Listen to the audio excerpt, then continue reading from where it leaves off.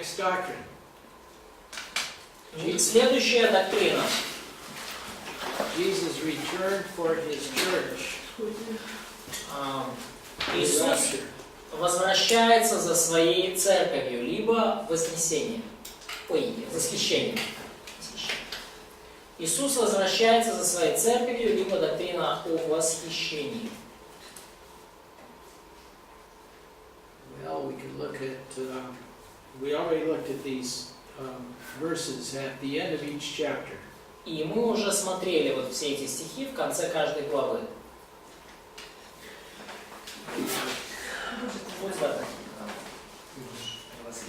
Let's go to 2 Thessalonians 2:1. Давайте откроем 2 Фессалоникийцам, 2 глава, 1 стих.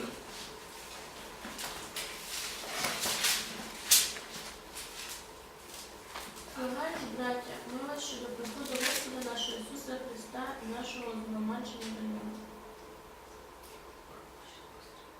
That's referring to the rapture. Это относится к вознесению. Now he's going to go on in this context and talk about the second coming and the appearing of the lawless one. That would be the Antichrist. И дальше он продолжает, говоря об отступлении и о человеке греха. Это об антихристе. 1 through 11. So let's read. Well, we read 1. Let's read 2 through 11. 2 through 11. Yeah. Second chapter. 2 глава, со 2 по 11 стих. Читаем громко.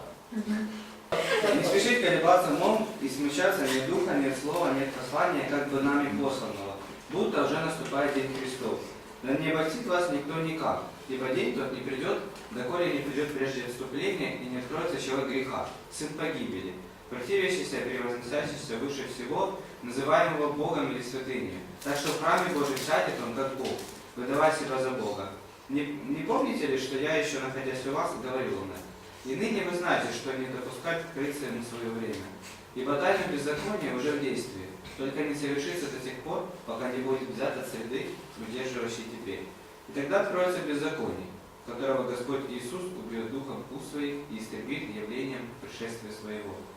Того, которого пришествия по действию сатаны будет со всякой силой и знамениями и чудесами ложными, и со всяким неправедным обольщением погибающих за то, что они не приняли любви истины для своего спасения. И за это пошлет им Бог действие заблуждения, так что они будут верить лжи.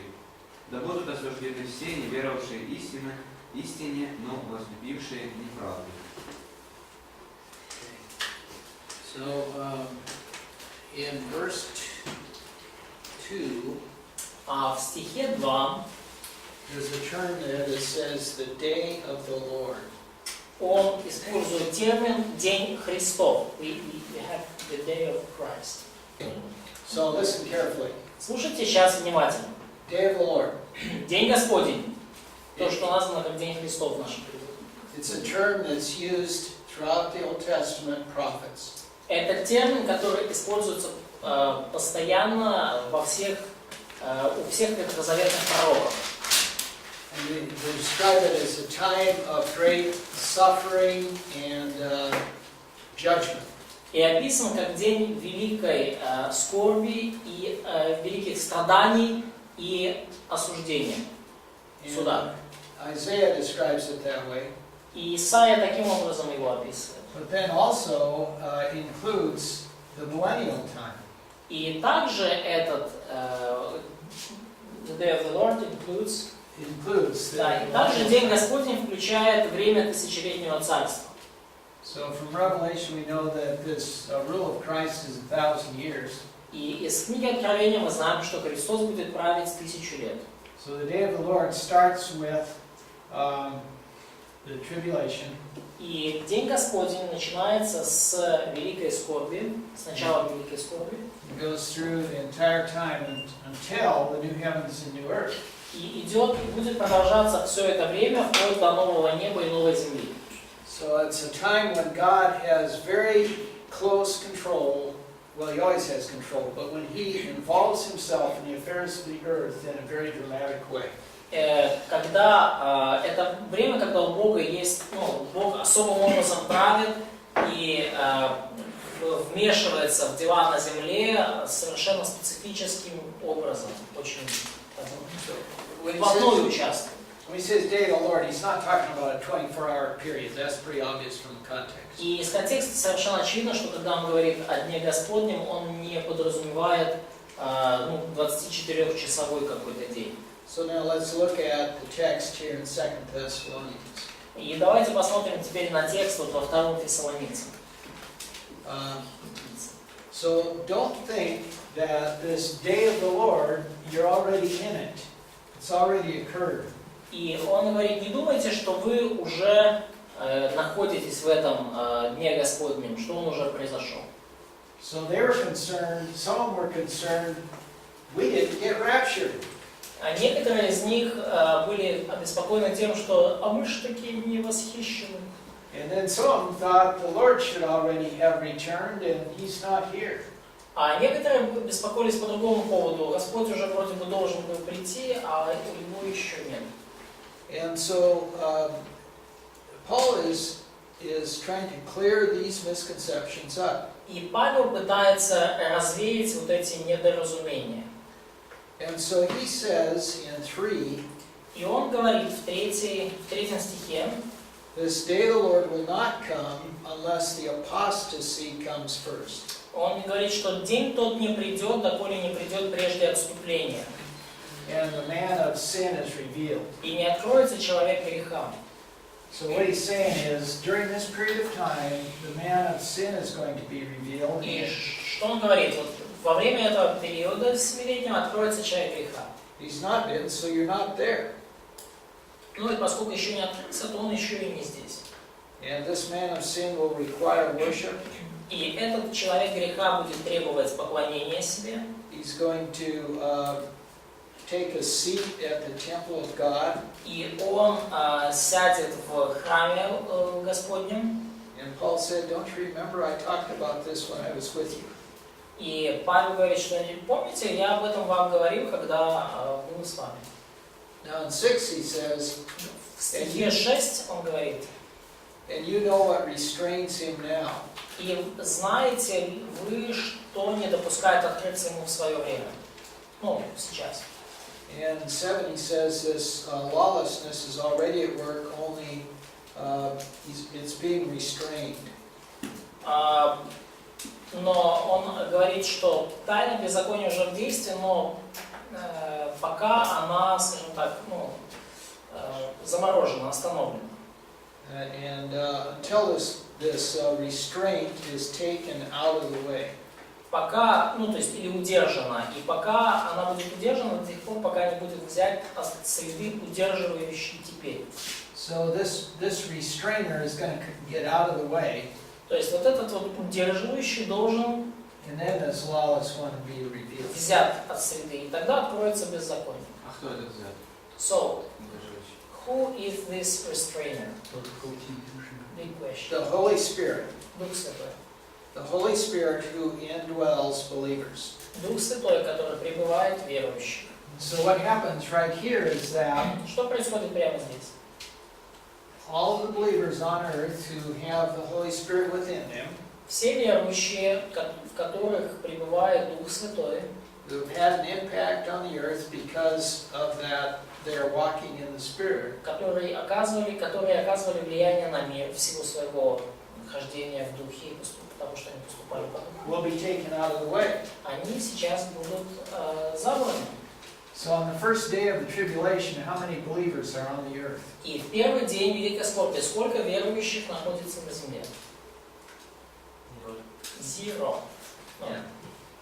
And so Satan will be free to do his work with the demons. Сатана и демоны будут свободны для того, чтобы делать свои черные дела. And he'll bring his man to the front, this Antichrist. И они выдвинут вот этого, и выдвинется вот этот человек, антихрист. And Paul calls him the man of lawlessness. И Павел называет его беззаконником. In verse 3, right? Или человек греха. Is that what you have there? We have the man of sin in verse 3 and the lawless Okay, man in verse 8. that's fine. Is man of sin, man of lawlessness? Да, человек греха.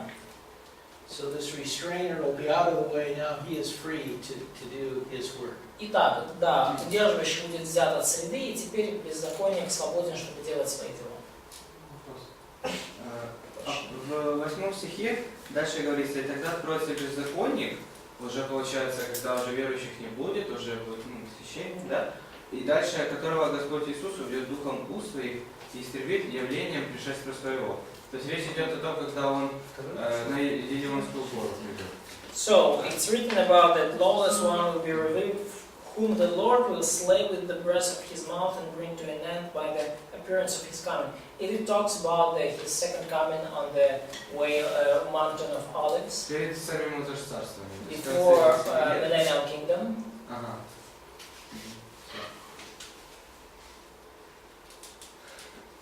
So, yeah, where do you find that? Где ты это нашел? So, В смысле? verse 8. Oh, yeah, I know, but I mean, in Revelation 19 it talks about this. Откровение 19 глава говорит об этом более подробно.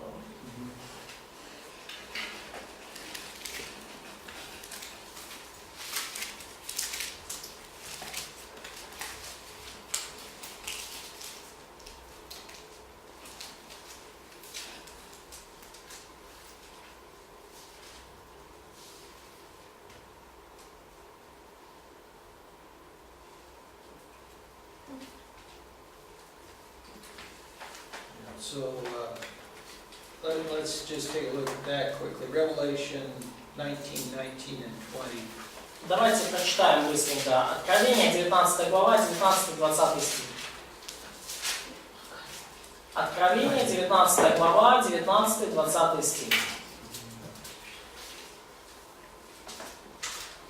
Кто читает? Громко.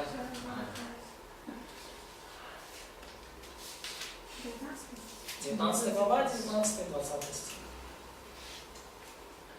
І я побачив звірину із земних царів і війська їхні, зібрані, щоб учинити війну з тим, хто сидить на коні та з військом його. І схоплена була звірина, а з нею неправедний пророк, що ознаки чинив перед нею, що ними звів тих, хто знаменно від звірини прийняв, і поклонився був образом її. Обоє вони були вкинені живими до огненого озера, що сіркою горіло. Okay. So, the poor people in Thessalonica, Бедные люди в Фессалонике. they were under a lot of persecution. Они подверглись серьезным гонениям. And they, however long Paul was there, he was not there very long. Но поскольку Павел, сколько здесь Павел был, он там был недолго совсем. Even if he was there, say, 3 months, Ну и даже если он там был, допустим, 3 месяца. you can imagine all the things he wanted to teach them in that period of time. Вы можете представить, скольким вещам он хотел бы их научить за это, хотел и мог бы их научить за это время. So they're like us. They hear something once and they probably don't learn it very well. И они, как мы, они услышали что-то один раз и, скорее всего, не очень-то хорошо это усвоили. So then they see all this persecution. И потом они встречаются со всеми этими гонениями. Well, this sounds like the tribulation. О, это очень похоже на то, что там говорилось насчет великой скорби. I thought we were supposed to be raptured before this. А я подумал, мы должны были быть уже восхищены к этому времени. Well, maybe not. Может быть и нет. I wonder if the Lord's going to come back. Но я удивляюсь, почему Господь все никак не приходит. Maybe He changed His program. Может быть, изменилась программа, изменился план. Yeah, so Paul is giving them comfort and putting the sequence of events И Павел утешает их тем, что приводит ясную последовательность событий. in the way that they can understand what the sequence is. Таким образом, чтобы они поняли, в каком порядке все будет происходить. I guess that was a little redundant. Okay. Any questions? Есть какие-то вопросы? Да, у меня есть вопрос. I have question. Виталий. Такие, ну, и в первом, втором смысле написать, как бы, да, если человек вот, да, неграмотно не подойдет, ему редко да, можно понять, где первое, где восхищение, а где второе пришествие. So, in the Paul's epistles, rapture and second coming of Jesus, kind of, they are interlinked, so they connected, they mixed a little bit. So, and someone who is ignorant with Scripture can mess up there. Where it talks, where it's about rapture and where it's about second coming. Вопрос. Вопрос, да, ну, почему, наверное, или как понять вот эту идею написания, может быть, стиля? Ну да, как понять идею, логику Павла, может быть. So how can we understand the logic of Paul? So when he connects sometimes to these events. Okay, so listen carefully, this is a good question. It's Слушайте very внимательно, important. это хороший вопрос. He said we are saved from the wrath to come.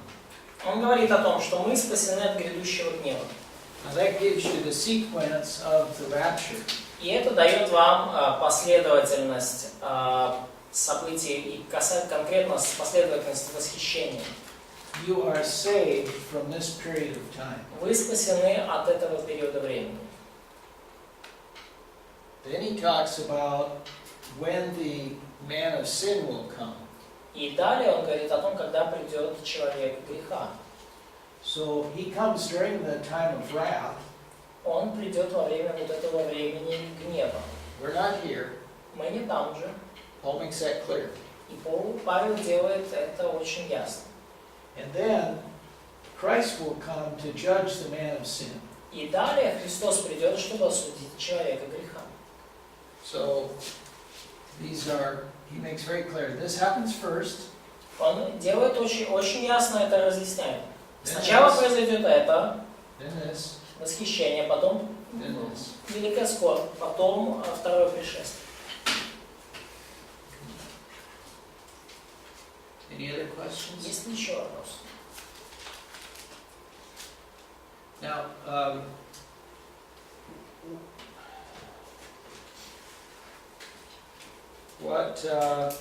what is hard to tell sequence is if you're looking at what the Old Testament prophets talk about. Вот где уж точно тяжело понять последовательность, так это когда вы читаете ветхозаветных пророков. And they'll prophesy, and sometimes you can't really tell that they're prophesying two different things. И когда они пророчествуют и говорят там о знамениях, то иногда мы не можем понять, что, потому что они говорят пророчествуют сразу о двух вещах. Like when Isaiah prophesies Christ coming and dying on the cross and ruling. Когда, например, Исаия пророчествует о Христе, который приходит и умирает на кресте, и потом правит. That's a crown. Это вот корона. So, if you read what Isaiah says, it's hard to understand that these two events are separated by a long period of time. И когда вы читаете книгу Исаии, то тяжеловато бывает понять, что вот эти два события, то есть распятие Христа и его правление на земле, между ними определенный достаточно серьезный промежуток времени находится. And sometimes it's hard to tell whether he's talking about the millennium or the new heavens and new earth. И также достаточно часто сложно бывает сказать, когда он говорит о тысячелетнем царстве, а когда о новом небе и новой земле. Okay, any other questions? Есть ли еще другие вопросы? All right. So we talked about the restraining ministry of the Holy Spirit. Итак, мы говорили об удерживающем служении Духа Святого. And I'm not going to go through it, but Paul talks about how we should live until Christ returns. И я не сильно глубоко буду в это уходить, но дальше Павел говорит о том, как нам нужно жить до того, как до прихода Христа, до возвращения Христа. So he says, don't quit working and sit around. Он говорит, не уходите с ваших работ и не отсиживайтесь. All right, now I'm going to go to 2 Thessalonians, and then if we have time, we'll go back to the darkness. И я бы сейчас хотел перейти к второму Фессалоникийцам, и если будет время, потом мы еще вернемся к доктрине. Второе послание к Фессалоникийцам. Оставьте какое-то место для доктрины.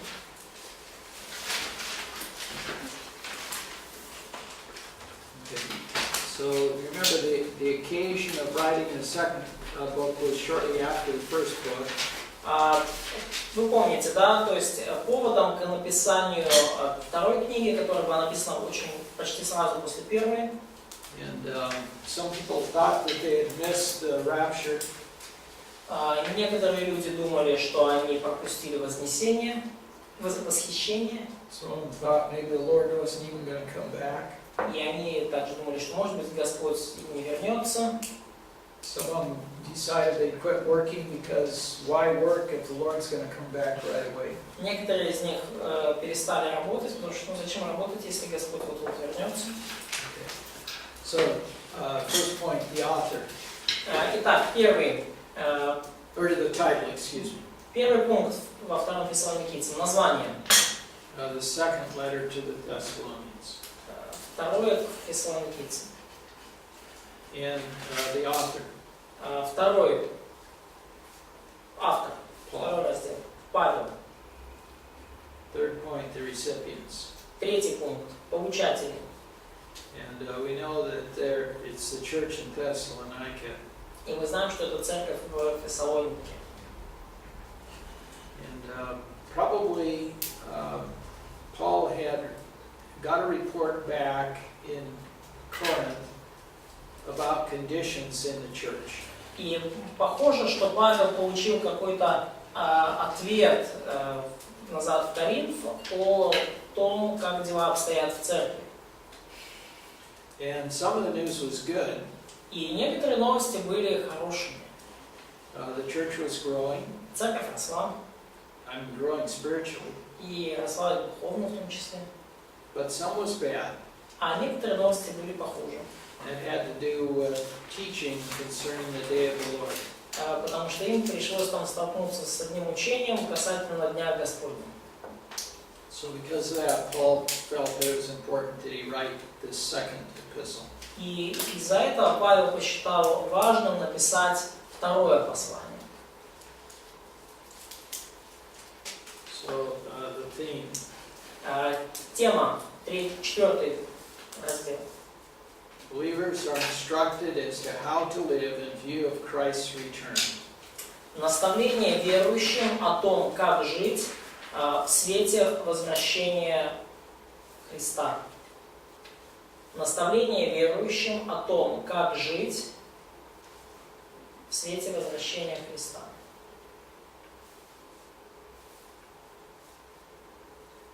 Тема книги «Наставление верующим о том, как жить в свете возвращения Христа». So that's the main premise I want you to learn. Да, вот это главная тема, которую я хотел бы, чтобы вы выучили. Okay. And the time, events, and history of the period is the same as 1 Thessalonians. Время событий, история периода все то же самое, как в первом Фессалоникийцам. And then where and when written.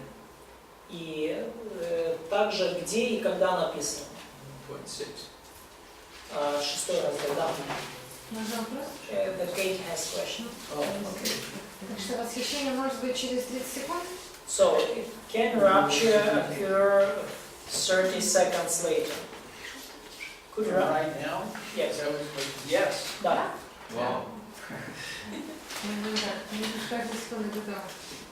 There is nothing that has to happen in history before the rapture. Нет ничего, что должно в истории случиться перед восхищением. So we are told to look forward to Christ's return. И нам сказано, повелено, чтобы мы ждали возвращения Христа.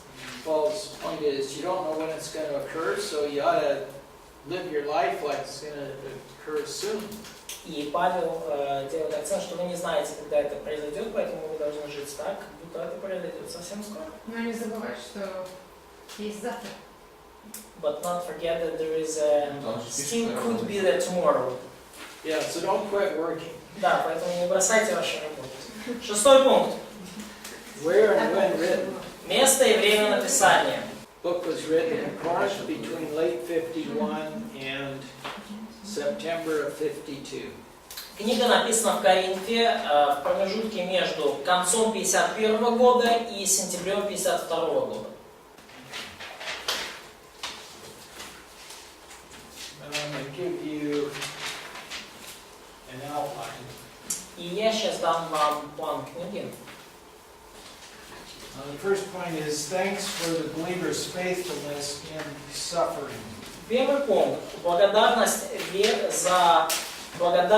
за стойкость верующих во время страданий. And this is chapter 1. Глава 1. Благодарность за стойкость, за верность верующих во время страданий. Благодарность за верность верующих во время страданий. As a part of this, he also tells them that the wicked who have been persecuting them will be judged. И как часть этого он говорит им, что те нечестивые люди, которые их оскорбляют, они будут осуждены. Let's read that. Давайте это прочитаем. 1 глава с 6 по 12 стих. 6 through 12. Chapter 1, 6 through 12. 1 глава с 6 по 12 стих. Ибо праведно пред Богом, оскорбляющим вас, воздать скорбью, и вам, оскорбляемым, отрадую вместе с нами в явлении Господа Иисуса с неба с ангелами силы Его. В пламенеющем огне совершающего отмщения, не познавшим Бога и не покорившимся благовествованию Господа нашего Иисуса Христа, которые подвергнутся наказанию вечной погибели от лица Господа и от славы могущества Его. Когда Он придет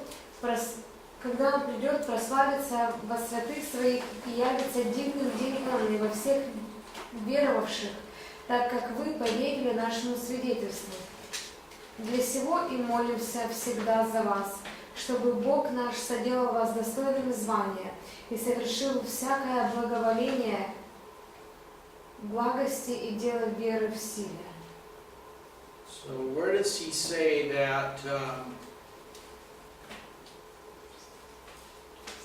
God will repay those who afflicted you? Так, где он говорит, что Бог воздаст тем, кто вас оскорбляет? Verse 6. Verse 6, but when does this happen? Когда это случится? Явление Господа. When God will appear. Will appear with what? Явление с каком явлением? С ангелами. А? С ангелами. With his mighty angels in flaming fire. Yeah. Да. Второе пришествие. С ангелами. The next chapter, Следующая глава, 2. Day of the Lord. День Господень. You all know when this is? No. А? Now we all know when this is. Да, We talked about it.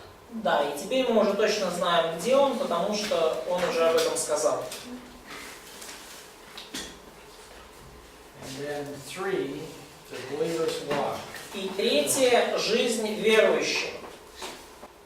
3 глава, жизнь верующего. It's pretty short. Let's just read it. Chapter 3. Это вполне очевидно, и можно просто прочитать. The whole chapter? Yeah, it's only 18 verses, right? Всю 3 главу, пожалуйста, громко, с чувством, с остановкой прочитайте. Наостанку моліться, браття, за нас, щоб ширилось Слово Господнє та славилось, як і в вас, і щоб ми визволилися від злих та лукавих людей, бо віра не в усіх. І вірний Господь, що зміцнить вас і збереже від лукавого. А про вас покладаємо надію на Господа, що й чините ви, і чинити будете те, що наказуємо вам. Господь же нехай серця ваші спрямує на Божу любов та терпеливість Христову. А ми вам наказуємо, браття, ім'ям Господа Ісуса Христа, щоб ви цуралися кожного брата, що живе по ледачому, а не за преданням, яке прийняли ви від нас. Самі, бо ви знаєте, як належить наслідувати нас, бо ми поміж вами не сильні справляли, і хліба не їли ні в кого даремно, але в перевтомі й напруженні день і ніч працювали, щоб не бути нікому із вас тягарем. Не тому, щоб ми влади не мали, але щоб себе за взірця дати вам, щоб нас ви наслідували. Бо коли ми у вас перебували, то це вам наказували, що як хто працювати не хоче, нехай той не їсть. Бо ми чуємо, що дехто між вами живуть по ледачому, нічого не роблять, а тільки вдають, ніби роблять. Таким ми наказуємо та благаємо Господом нашим Ісусом Христом, щоб мовчки вони працювали та власний хліб їли. А ви, браття, не втомлюйтеся, коли чините добре. Коли ж хто не послухає нашого слова через цього листа, зауважте того і не майте з ним зносин, щоб він був посоромлений. Та не майте його за неприятеля, а навчайте, як брата. А сам Господь миру нехай завжди дасть вам мир усяким способом. Господь з вами всіма. Привіт вам моєю рукою Павловою. Це править за знака в усякому листі. Так пишу я. Благодать Господа нашого Ісуса Христа нехай буде з вами всіма. Амінь. Okay, so let's finish doctrines. Итак, давайте теперь закончим с доктринами. То, что мы оставили место от первого Фессалоникийцев. Prayer. Молитва. 1 Thessalonians 1 Фессалоникийцам 3:11-13. 3, 11, 13. Да, с 10 по 13 только. 10 through 13. Ночь и день все усердно молясь о том, чтобы видеть лицо ваше и дополнить, чего не доставало в вере вашей. Сам же Бог и Отец наш, Господь наш Иисус Христос, да управит путь наш к вам. А вас, Господь, да исполнит и преисполнит любовью друг к другу и ко всем, какою мы исполнены к вам, чтобы утвердить сердца ваши непорочными во святыне перед Богом и Отцом нашим, в пришествии Господа нашего Иисуса Христа со всеми святыми Его. Аминь. And you should all memorize 5:17. И все вы должны выучить 5 главу, 17 стих. You know it? Очень сложный стих, поэтому все его обязательно выучат. Вы знаете его? Да. Анна, молитесь. Я знаю. Слава молитесь. За все благодарите. Господу служите. Pray without ceasing. All right. And 23 and 24. И также с 5 главе 23-24 стих. Read. Итак, пусть сам Бог, дающий мир, осветит вас всецело, чтобы ваш дух, душа и тело сохранились непорочно до тех пор, когда придет Господь наш Иисус Христос. Тот, кто вас призвал, верен, и Он выполнит то, что обещал. Is Paul praying about phase 1, 2, or 3? Да, о какой фазе здесь речь идет? Вторая, Second наверное. phase. Вторая, третья. So, second and third. Yeah. Second in light of what the third. Да, вторая и немножко буквально проблески третьей. 2 Thessalonians 1, 11 and 12. 2 Фессалоникийцам 1, 11, 12. І саме молимо завжди за вас, щоб наш Бог учинив вас вітром, хлібом, і міцно наповнив усю добру волю до всіх, і діло віри, щоб прославилось ім'я Господа нашого Ісуса в вас, а ви в ньому, за благодаттю Бога нашого Господа Ісуса Христа. 2, 16 and 17. 2, 16, 17. Сам же Господь наш Ісус Христос і Бог Отець наш, що нас полюбив і дав благодаті вічну потіху та добру надію. Нехай ваші серця Він потішить, і нехай Він зміцнить вас у всякому доброму ділі та слові. 3, 5. 3, 5. Господь да управит сердца ваши в любовь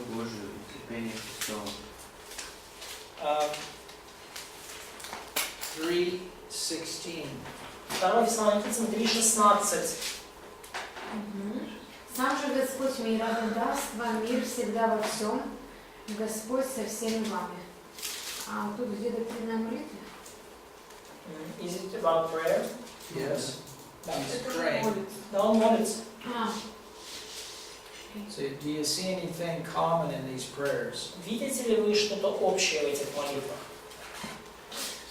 Второй Сам же Господь. Second phase?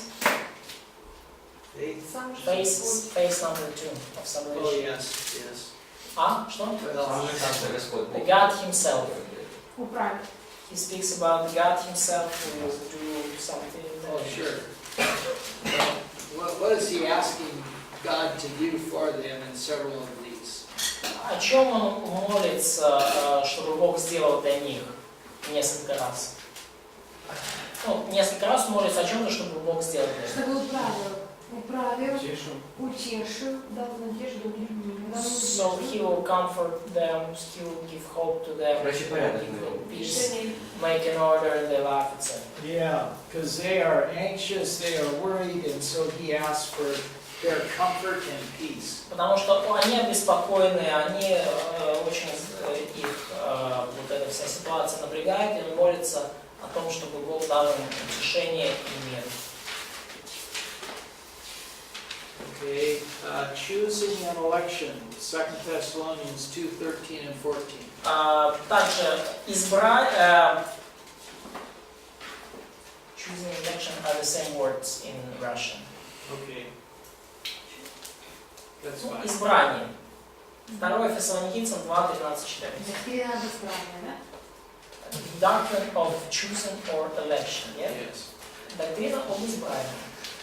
2 глава, 13-14 стих, 2 Фессалоникийцам. Да, избрание.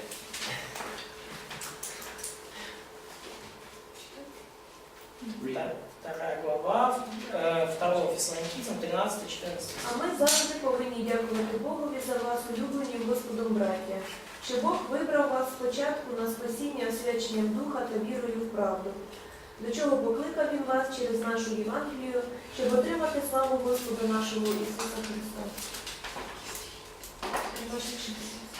Второе, 20,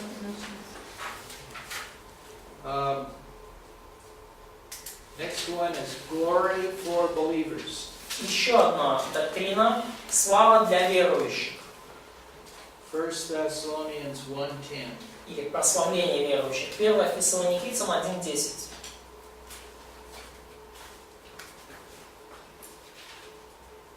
Первое Фессалоникийцам 1:10.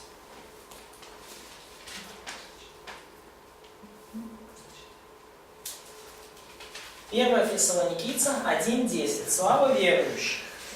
Когда он придет, прославится во святых своих и явится дивный день он и во всех веровавших, так как вы поверили нашему свидетельству. 5:9. 5:9.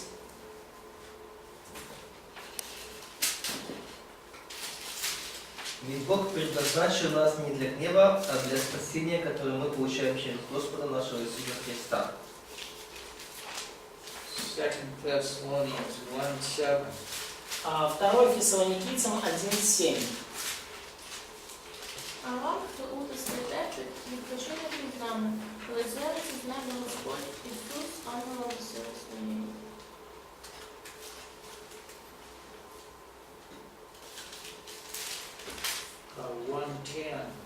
Uh, 1:10. 1:10. 2 Фессалоникийцам. Якщо він прийде того дня, прославиться у своїх святих і стати дивним у всіх віруючих. Посвідчення наше знайшло віру між вами. 1:12. 1:12. Да прославится имя Господа нашего Иисуса Христа у вас, и вы в нем, по благодати Бога нашего Господа Иисуса Христа. 2:13 and 14. 2:13-14. Мы же всегда должны благодарить Бога за вас, возлюбленные Господом братья, что Бог от начала через освящение Духа и веру истине избрал вас. Не так? Это мы прочитали. Он. избрал вас к спасению, которому и призвал вас благовествованием нашим для достижения славы Господа нашего Иисуса Христа. Okay. One more, judgment for unbelievers. И еще одна последняя доктрина. Осуждение для неверующих. 1 Corinthians 1:10. 1 Фессалоникийцам Or 1:10. 1 Thessalonians 1:10. 1 Фессалоникийцам 1:10. Від нього очікувати Сина Його, що Його воскресив він із мертвих, Ісуса, що визволює нас від майбутнього гніву. 1:10, да? 2:16. 2:16. 2:16. 1 Фессалоникийцам 2:16. которые препятствуют нам говорить язычникам, чтобы спаслись, и через это всегда наполняют меру грехов своих, но приближается на них гнев до конца. And 2 Thessalonians 1:6-10. И 2 Фессалоникийцам 1 глава с 6 до 10 стих. We already read it. We already read it. Okay, we've read several of these before. Да, мы уже многие из этого уже читали, да. Okay.